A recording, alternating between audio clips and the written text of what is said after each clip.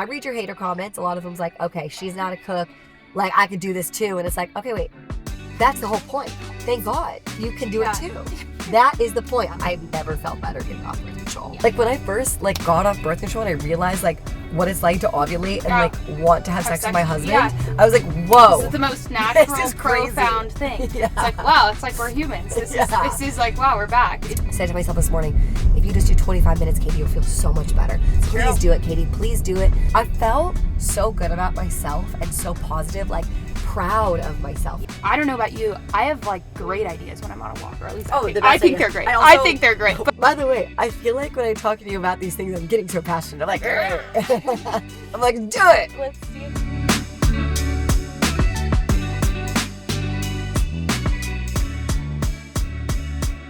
I'm gonna go pick up one of my favorite people to talk to and to work with, Katie Austin. Katie is a Sports Illustrated swimsuit model. She also started the Katie Austin app, which provides hundreds of workout classes and recipes, and then recently launched a cooking show called Come On In, which I love. So Katie's super honest, very high energy, and just so fun to talk to. So I think you guys are going to love this conversation. Let's roll.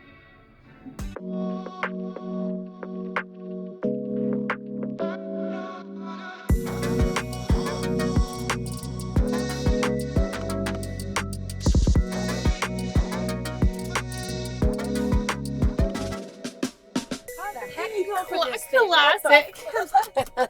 Hi. Good to see you. No one in here with you? No one's in here. Oh my God. Just us. This is the second recording, so we were just doing a production test. Isn't this fun? Oh my goodness. All right. Got a smoothie ready to roll. Got a smoothie in hand. Got some good protein in here. Have you been in one of these cars? Never. That's why I didn't want to open the door. Yeah, they're wild. They're wild. Never. This is actually what this. I didn't even process it, by the way, that it's my first one. Yeah, time being in a car like this. I'm like, wow. Okay, so you and your husband got married when, last year? My husband and I got married in May 2024. Okay. So still this year. I was just saying to him the other day, let's really take in our wedding year. When we're 80 years old and our kids or our grandkids are like, what year to get married, mom and dad? We still live in that year. Yeah. So let's take it in. We're really enjoying newlywed life. It's kind of crazy. I feel like we've done a lot already just in 7 months of being married. And there's just so many things that come along with it. Just we can now share class passes. Yeah. I don't know if you knew that. Yeah. Share class classes. I can bank accounts, class pass. Yeah. It's all one and the same. No, that's so awesome. Fun. That's so fun. Yeah. So, okay, so you're loving being married, and are you guys on a similar routine or schedule? He, absolutely not, actually. Okay. So he has a very regimented routine where, no offense to him, every day is very the same. Yep. And for me, every single day is different. Right? Yeah. He is a corporate guy. He's in finance. He's in real estate. So he goes in the office every single day. So he wakes up at 5:30. He works out. He cold plunges. He saunas. And he meditates. And he goes to the office. Comes home by 7. We eat dinner. We go to bed. For me, every single day is so different. I was going to ask you that. An average day when you're home. I know travel, obviously, it's then it's even more different. I'm not kidding you. Some days I'm working as the founder of my company and I have a million meetings, and some days I'm working as a talent where I'm hosting a show, and some days I'm filming. Some days I'm literally going in there and doing customer service and little admin work that is not fun and not glamorous in any way. What I like to do, which really helps my mental health, is really stack my stuff. Yep. So today was a lot of Zoom calls. People are who do you even Zoom? I don't even know. I literally have 12 Zoom calls a freaking day. I don't even know half the time. But what my biggest tip is always take a phone call. Even if you think you're not interested, always take a phone call. Very true. I have done the same thing. This is something I really like about you. We've only known each other for a few months, but I really like about you is how hard you work. And there's a lot of, obviously, reasons that you could, not do as much as you are and not come up with new ideas and just say, hey, I'm going to focus on one thing. But you have worked super hard, and it's cool. And you're just kind of getting going, too. I mean, it's just the first couple of years of it. So it's going to be really cool to see when you're obviously late 30s, 40s, 50s, what comes of it all. But you're right. And I've done that a bunch, and I've had companies that work really well, companies that fail. I mean, that's part of it. And it is really interesting because there's this other school of thought which is not bad necessarily, but it is more of a don't waste your time, right? Don't waste your time. Just focus on, things that are going to be fruitful, etc. and then you get on the random call and it's like, whoa, that was a really cool opportunity. Right. Or you have ideas, right? And you're like, oh, I could, work with this person for X, Y, or Z. But I do it more so because I'm curious, just kind of how I'm built. I'm like, oh, I'll take Curiosity, yeah. Curiosity, and I like people, and I'm optimistic. Like, I'm not the pessimistic type. I'm like, I think everyone's great, which, that can burn you as Same. well. But at first it's like, okay, at least it's really good energy and connection with people. Totally. And you never know where it could lead to. You never know what company the person you're talking to is going to go to next. Right. I've had a lot of people Right. where I'm not That's interested such a in good one point. company, and they get a job a year later That's at such another a good company point. that you're actually interested in. So you just never know. Yeah. Always take the call. I mean, like you said, I have my feet wet in a lot of different things, which is a pro and con. Yeah. I feel like, I listen to a lot of advice, or I do get told advice. It's like, focus on just a few things that you want to do. Unfortunately, I focus on like 27 things, and I want to do so much because I'm so passionate. So I just don't know what will stick. And also, like you said, like, building companies that some are successful, some fail. It's so hard sometimes because my company is me. Yeah. So Yeah, that is an it's a interesting thing. weird vibe. Yeah, I feel like, though, and you can correct me if I'm wrong, because definitely with women, and I've gone through this as well, most of it was like early to mid 20s, you are just like, identity is so hard. And my identity was like all in my work and what I do, and just it was a little bit too much. Your whole brand, everything you do is your identity, right? Name, image, likeness, etc. Have you gotten to a point where you're kind of comfortable with it? Yes, a few things. I think identity, when your brand is yourself, is extremely interesting because identity for a personal brand is actually based on reputation, and reputation is based on social media. Yeah. So unfortunately, so interesting. We live in a world where my identity is actually chosen by my followers sometimes, if that makes sense. I'm obviously putting out what I want to put out to the world, but at the same time, like, I need, social media, my followers, to also create an identity of myself that they relate to, if that makes sense. Yep. So you're listening. You're listening a lot. Essentially, you're listening and correcting on what types of things you put out. Totally. The feedback loop is really. If you don't listen to your followers, then you're not going to be successful because, I mean, that's a bold statement of me to make, but at the same time, like, that's your audience. That's how, you're going to gain loyalty to people who follow you and love you, and obviously always be yourself. But, like, for example, I'm just thinking of something like so minimal yesterday, but like, I had a few girls in my workouts say, like, my voice sounds echoey in my live workouts.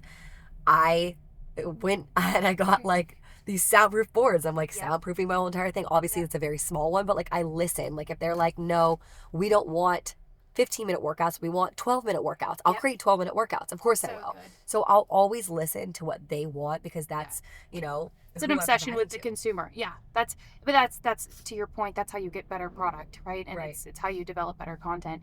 So taking a big step back, we talked about this the last time that we met. How did all this start? So obviously we'll get into your parents. I think it's interesting, and I want to come back to asking you who you take advice from, because I think that's really interesting. My dad. Yeah, exactly. And I knew you were going to say your dad or your parents. I had a feeling. But did you always know that you wanted to be teaching workouts and in this industry? I mean, of course, all of like the brand deals, partnerships, I want to talk about Sports Illustrated, all of that kind of comes from building, right? And building awareness. But was this the plan? If, you asked, 18-year-old Katie? I would say yes, in some sort. My mom and dad would be like, oh yeah, she wanted to do this since she was a young girl.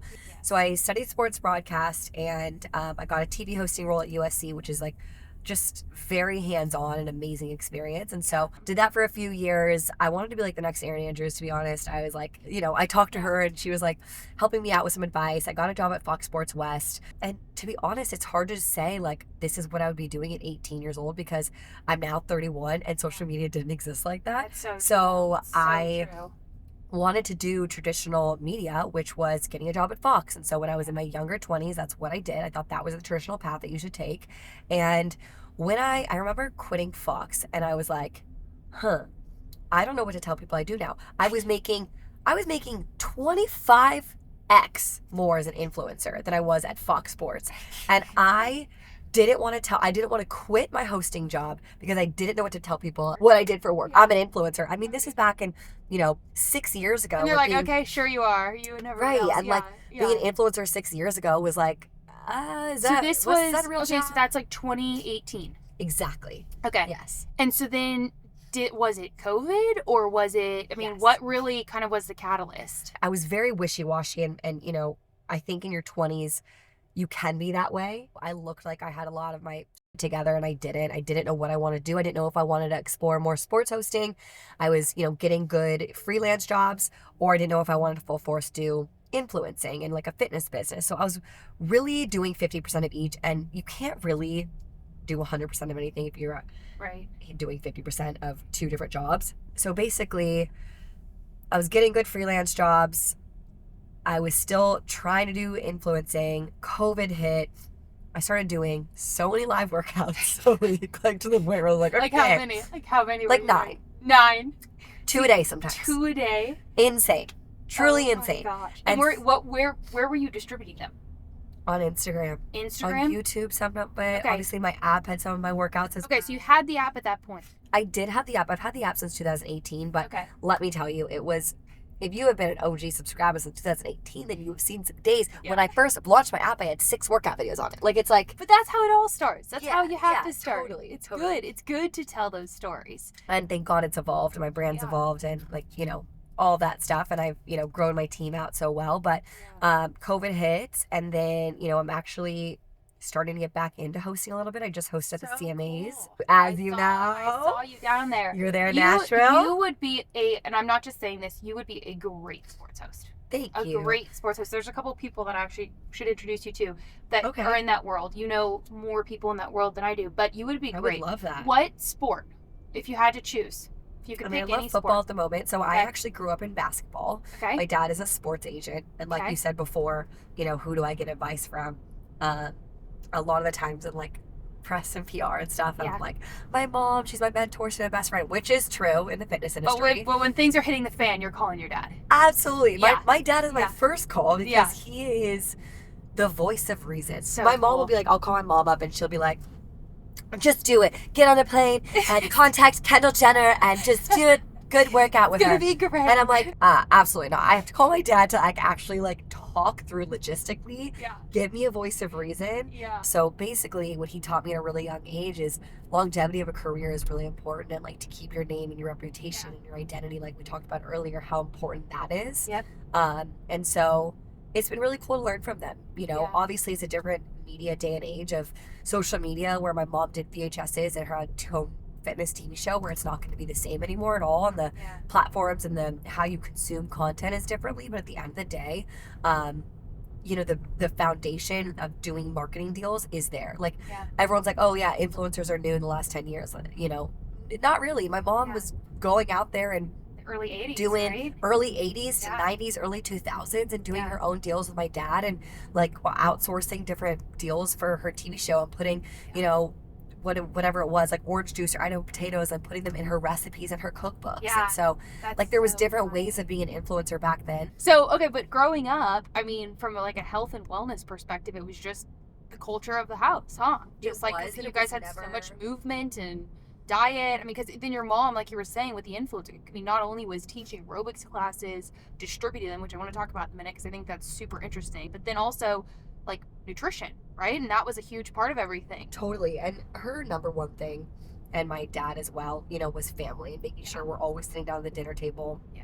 Small little things that that we never really also spoke about, I think, as a family, around dieting and eating healthy. It was just what we did. Yep. Do you know what I mean? It wasn't we're gonna eat. I mean, obviously back then, you think Raisin Bran for cereal in the morning is the healthiest option. So Kashi, I remember that. Sometimes people didn't realize how bad Pop-Tarts were for you back then. Yeah. In the early 90s. And so obviously we ate healthy enough, but at the same time, it was all about family at the end of the day, and always being together and making sure my mom and dad they traveled so much for both of their jobs, but made sure they came to every sports game that my sister and I played. That's super impressive. And so they were always there, and my mom filmed.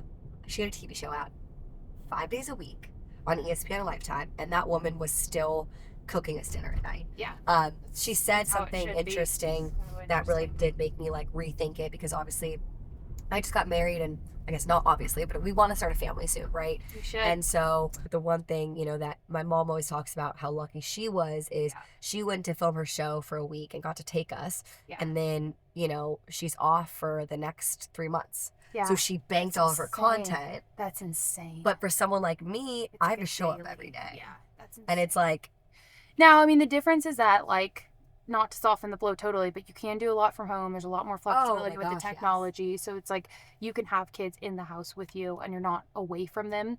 It does. I mean, our daughter's almost 9 months and we've been traveling, as you know, because I've seen you, when we've been out and about, we've been traveling a lot domestically, internationally. It's one child and she's really easy. So it's been fine. She's so easy. It does get a lot more complex, but it's also like, that's life. It's like it's so much more important than anything else. And it's know. It's like when you really think about it, it's like, who do you want around you when you're 80? It's unfortunately not like the brand deal people. Like, that's great. Totally. But it so is like your husband and your kids. Totally. The one thing I am trying to do and shift, obviously I love my fitness app and I love teaching workouts every day, but also thinking of longevity of a career. Sorry, when you get like you're drinking a smoothie and you get like a piece of like a date or something stuck in your throat.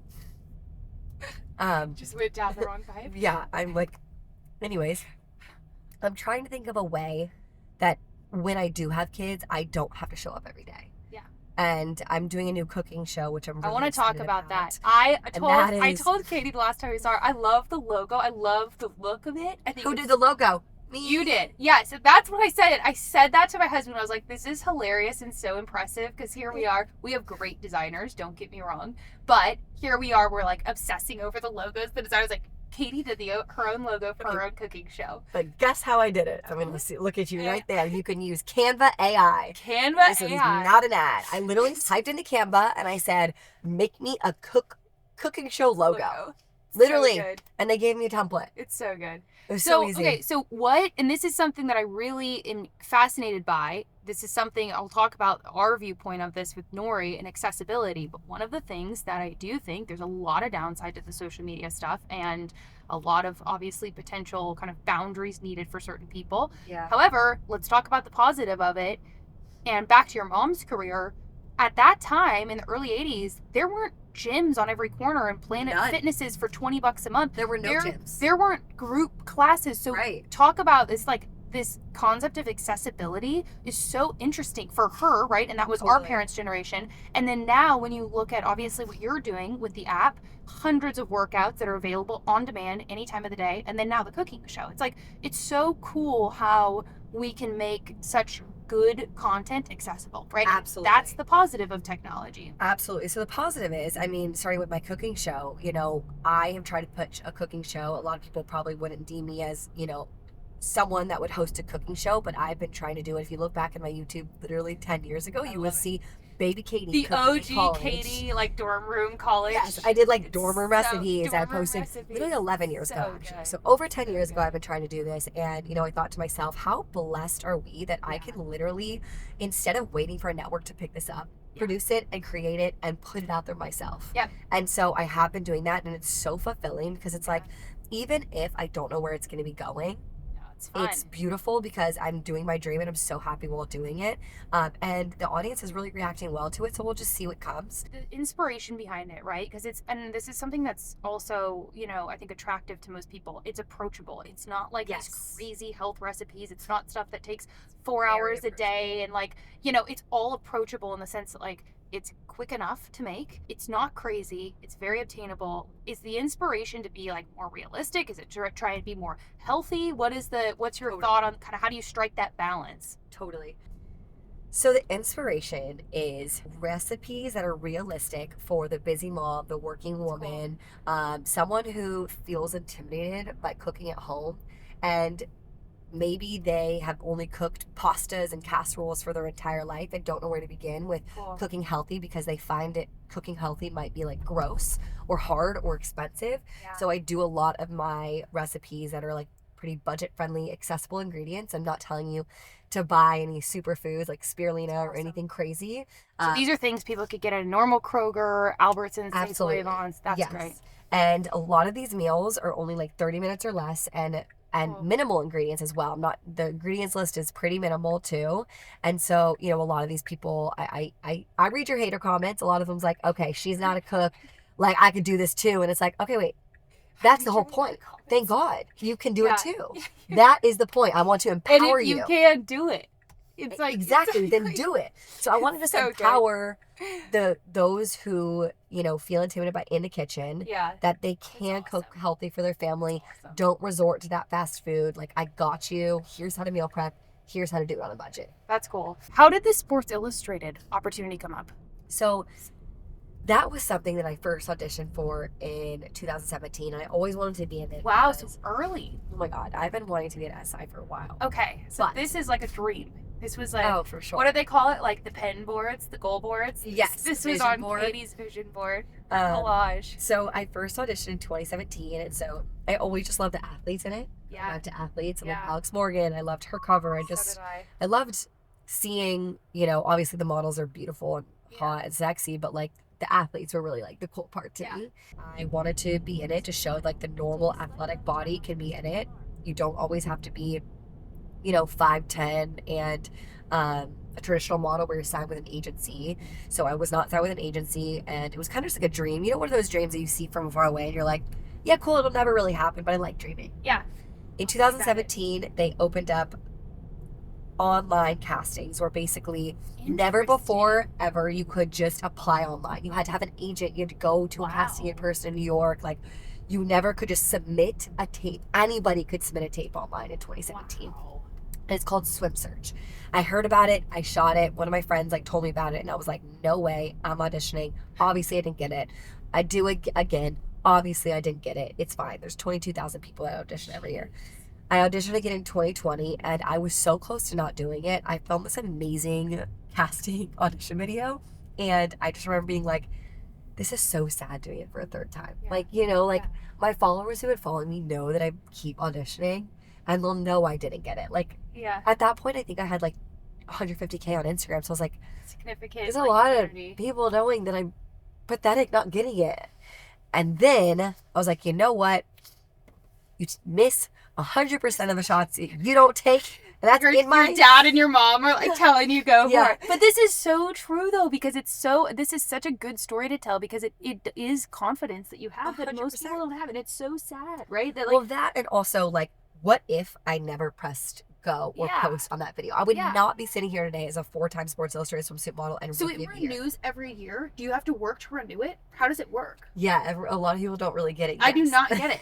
I don't get it at all. So you have to be asked back every year. Wow. And I have not gotten asked back yet. So you're sitting on your tippy toes every single year for that call. It's like Christmas. And then during the year, is there obligations? Is it you need to show up at certain events? They tell you, okay, are they? So you do launch week. You have Miami Swim Week. Cool. We have different appearances. We do appearances at the Hard Rock hotels. Cool. Where we do little bits, and then I do, I went to Dallas and I did a workout class there with SI Swimsuit. So yeah, it's year 4 of it, and I feel like what I love most about it is being a part of something different than my day-to-day fitness business, cooking videos, normal.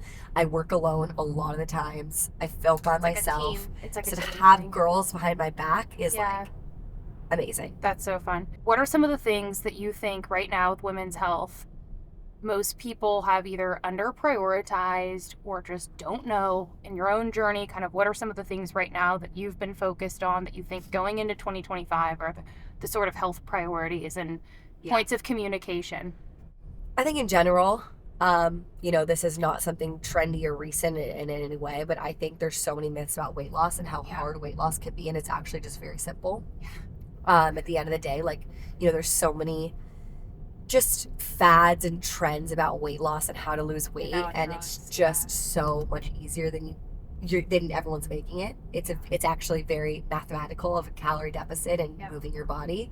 And I also think now, I don't know. I was actually thinking about this, and I wanted to ask my friends this too, but I forgot. I wanted to ask them, how old were they when they realized about their cycle, when they're ovulating, when they're in their follicular phase. Like, I wanted to ask them, like, because I think I was 25 years old.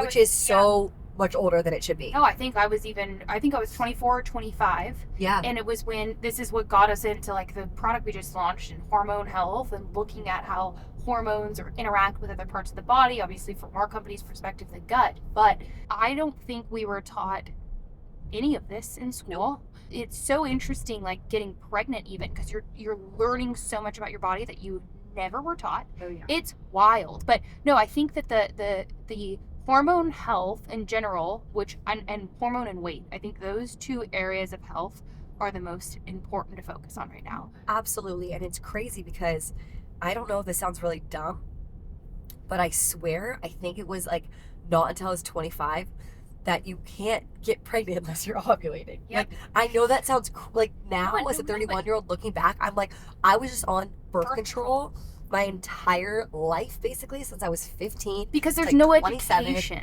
So my OBGYN was just like, oh, you're sexually active and you have acne, get on birth control. Literally no questions asked.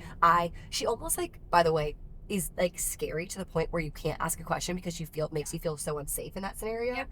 It's extremely interesting. She's in and out within 30 seconds. It prescribes me birth control and I'm on it for 10 years. Like, I went on it when I was 13 or 14 because I had acne for like the first time. Our pediatrician prescribed it to me. That's which is nuts. Thankfully, and I was also like playing soccer a ton. It was super active. Thankfully, I hated it. And I was like, I'm not taking this. So I think I was on it for like a month or two and then I stopped. I'm super grateful. We talked about this. This is, the first time that we ever connected. We talked about, and you're so honest about it too. It's so good that we, and it's not like, hey, everyone has their own journey with it and everyone's at different spots. Some people have never been on it for certain reasons and like more power to them. Others are like, hey, I might stop taking it like this week. I've had conversations with people like that.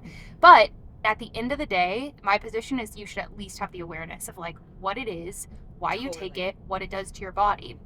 It's very potentially very damaging. The other thing that more and more people are learning about it is that it also increases rates of depression, and then you're going on antidepressants. It's a gateway to a lot of things that are super destructive. I will say I never want to influence someone to go off birth control because obviously in the state of the world, you just never know where someone's at. Yep. I do want to also say though, I've never felt better getting off birth control. Yeah. After 6 months off birth control, number one, I felt amazing, and I know it was a different feeling. I know I think I like lost a little bit of weight as well. I just like felt like I had more energy. There was something that I know changed. And secondly, how empowered I felt learning my cycle, feeling the feelings of real period and my real cycle of how I'm supposed to be feeling, and like also sex drive. Crazy. Yeah. Crazy. My sex drive was suppressed my entire life. It's very true. It's because it's very unnatural. Like it's working against us. Like when I first like got off birth control and I realized like what it's like to ovulate and like want to have sex with my husband, I was like, whoa. This is the most natural, profound thing. It's like, wow, it's like we're humans. This is like, wow, we're back. It's crazy. It's very important though. I think hormone health in general is something, as we keep going, unfortunately there's so many women that are struggling with infertility, which a lot of that has to do with going back to your point of like weight control and not overcomplicating things. And the stats right now, it's 74% of Americans are obese or overweight, and that directly 74 obese or overweight. Yep. 74% of Americans. And we're pushing like 30% children.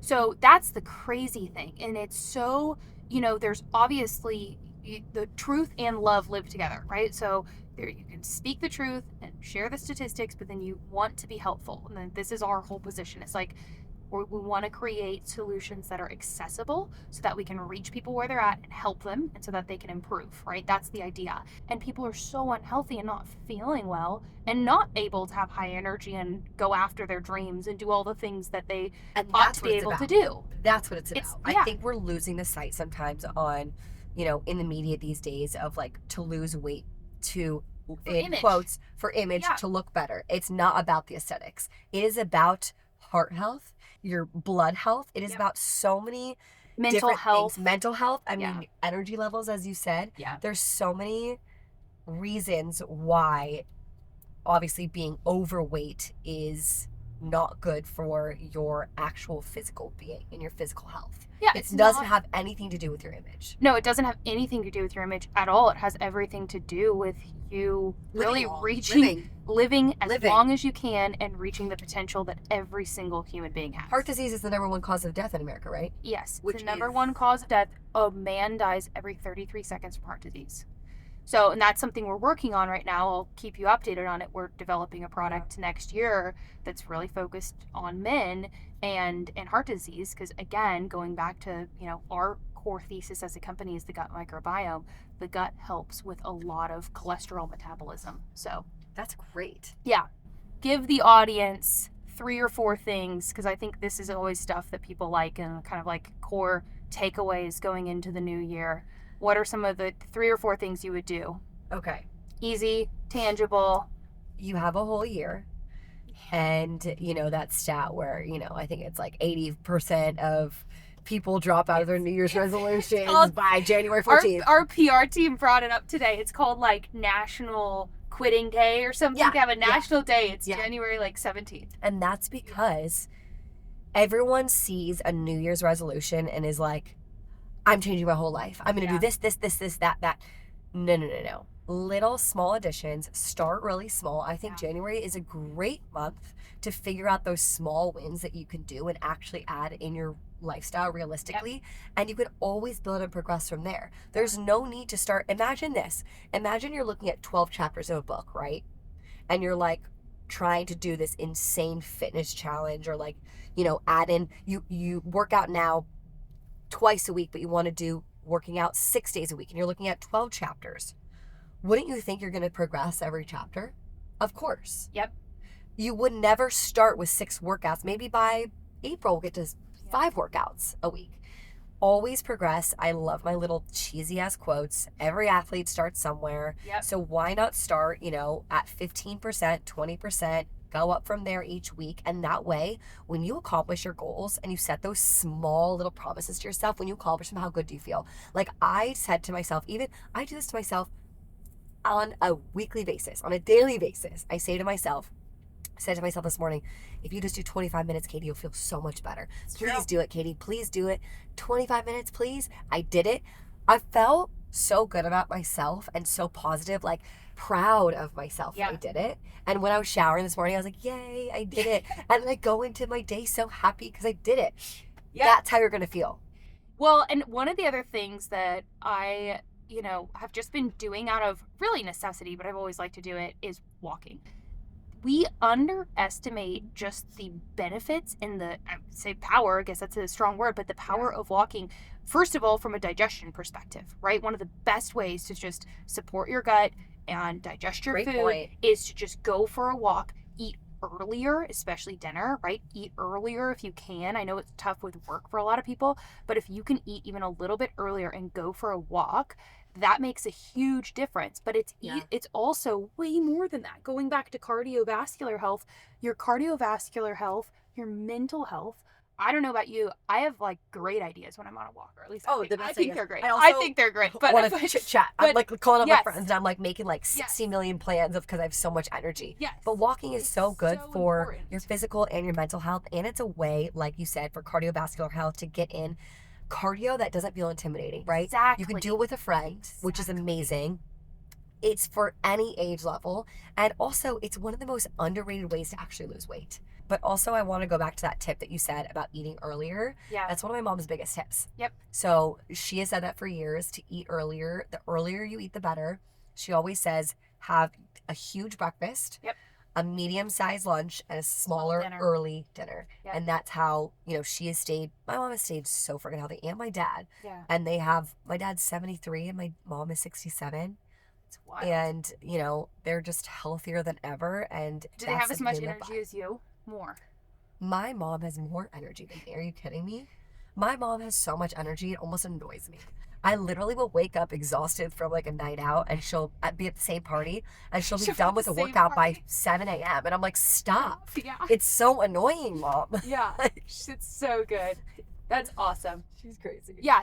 So walking, that's a huge, easy tip. Yeah. And then definitely the What progressive? Yes. Don't try and bite off more than you can chew. Which you hear every year, I'm Sure, but it isn't true. It's still a really important reminder. It's an important reminder too if you're starting a new business or if you're starting a new project or anything. And then I also think meal prep. I know you Yeah. probably have heard that in the diet industry, but something that I think that most Americans, if I would guess, where a lot of extra calories come from is snacks. Yeah. And one thing that I do love to do, I actually do cook most of my meals fresh, to be honest, but that's because my job allows me to. Yep. And so what I would like to do, a tip to you, if you guys do go into an office or you feel like you don't have time, make a little extra of the dinner, save it for the next day. And then my biggest tip for extra calories is meal prepping snacks, because usually in a snack, we're hungry midday.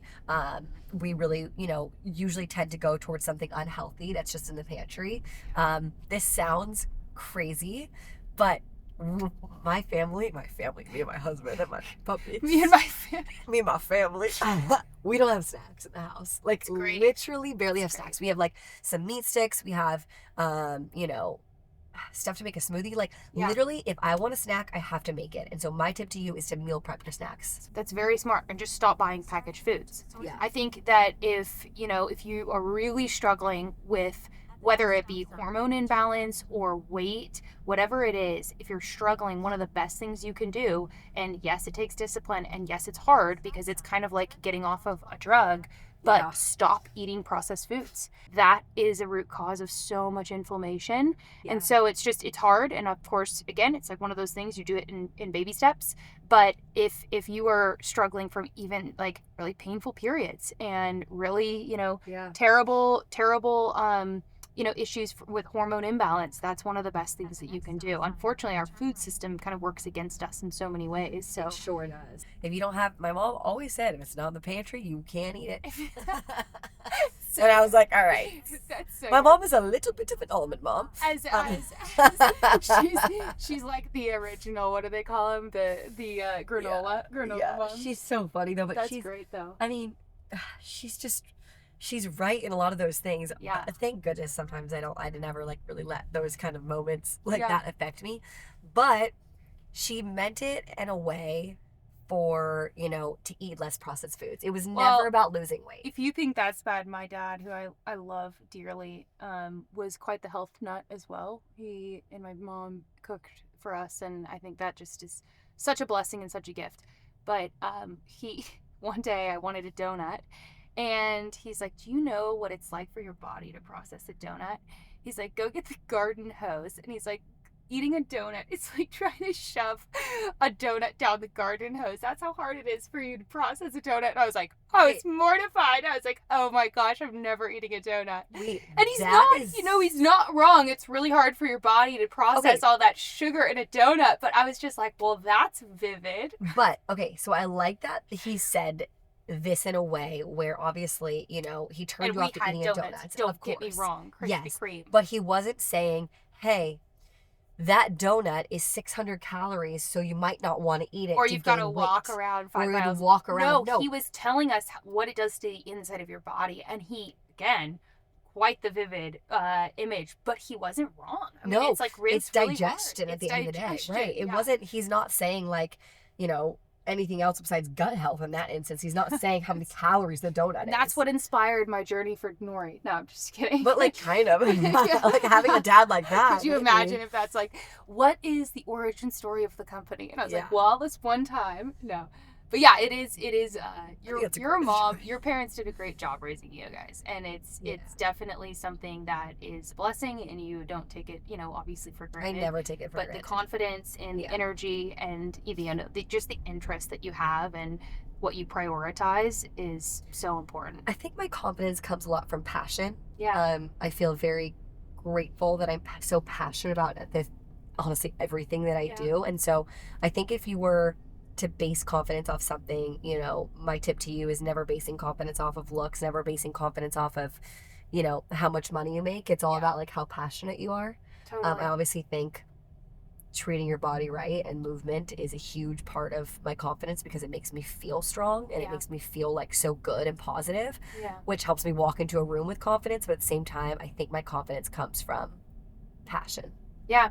And you're right. And like you were saying today, it's like the 25 minutes, right? Those little bits of time add to having passion and Oh having my the gosh, yeah. ability to have the mental clarity to pursue things that you want to do. And I Yeah. think that's the biggest kind of one of the biggest lies right now is that, you can chase your dreams and do everything you can, but you also have to really take into account, like, you've got to be healthy to do that. Like you won't have the Totally. energy to do it. It's just Totally. physically impossible. We're not robots. And speaking of that, I feel like my early and mid 20s, it was this hustle culture that we're Yes. so obsessed with. Girl boss, Yes. hustle, grind. I used to work until like 11 p.m., get up again And at that's 4 unhealthy. a.m. Nope, And same. it's so Same. bad. I'm glad that that's kind of dying. Me too. And I literally always see on Snapchat like those memories that pop up, like literally every other day, me being like editing again. It was like 3 a.m. And it's like, Yes. okay, girl, what are Yeah. you doing? Get sleep. That's not cute. Like, go to sleep. Your health, please. Yes. And so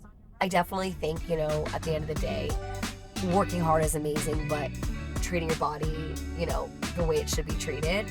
Yeah. It's back to what your dad said. Very, very It's longevity. Longevity of career, but longevity of your Body. life. Yes.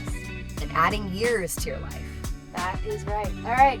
Well, that's great. Let's leave it there. But That's a wrap. And that's a wrap. By the way, I feel like when I talk to you about these things, I'm getting so passionate. I'm like, I'm like, do it. Let's see.